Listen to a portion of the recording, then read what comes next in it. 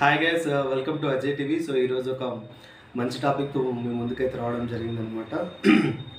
Especially ఈ వర్షాకాలంలో ఏం జరుగుతుందంటే, మనం మార్నింగ్ లేచి మనం అందరం చూసుకున్నప్పుడు ఒకటి లేదా రెండు చిన్న గొర్రెపిల్లలు ఒక 1 వీక్ లోపు ఉన్నవి మరణించడం అయితే జరుగుతుంది.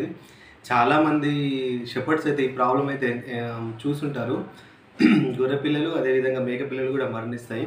సో దీనికి గల కారణం ఏంటంటే, వాటిలో డైజెస్టిబిలిటీ అనేది సరిగ్గా లేకపోవడం.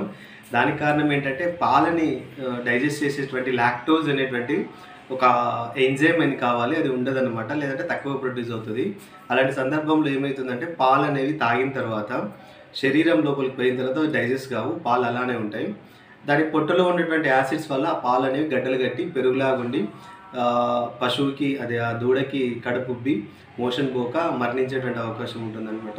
ఇది చాలామంది ఎన్కౌంటర్ చేస్తుంటారు. దీనికి కారణం ఏంటంటే, ఒకటి ఏంటంటే ఇన్ఫెక్షన్స్ అయి ఉండొచ్చు, ఈకోలీ ఇన్ఫెక్షన్ కావచ్చు.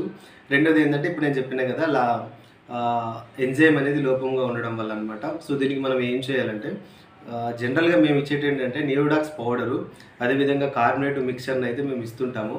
దాంతో పాటు చిన్నపిల్లల్లో పాలు కక్కినప్పుడు వాళ్ళకి ఏం చేస్తారంటే, స్పోర్లాక్ కానీ ఎంట్రెన్స్ అనేటువంటి ఒక డ్రగ్ని అయితే ప్రోబయోటిక్స్ అంటారు, ఇవి ఇచ్చి వాటికి తాగిస్తుంటారు. సో దట్ వాళ్ళ డైజెస్టిబిలిటీ పెరగడానికి. సో మనం కూడా వాటిని మేకపిల్లల్లో గొర్రెపిల్లల్లో వాడినట్లయితే చాలా వరకు ఇలా డైజెస్టిబిలిటీ కాకుండా అయ్యేటువంటి మరణాల నుంచి మనం మన గొర్రెపిల్లని కాపాడుకోవచ్చు అనమాట. సో ఇలాంటి మంచి వీడియోల కోసం please do subscribe Ajay TV. Thank you.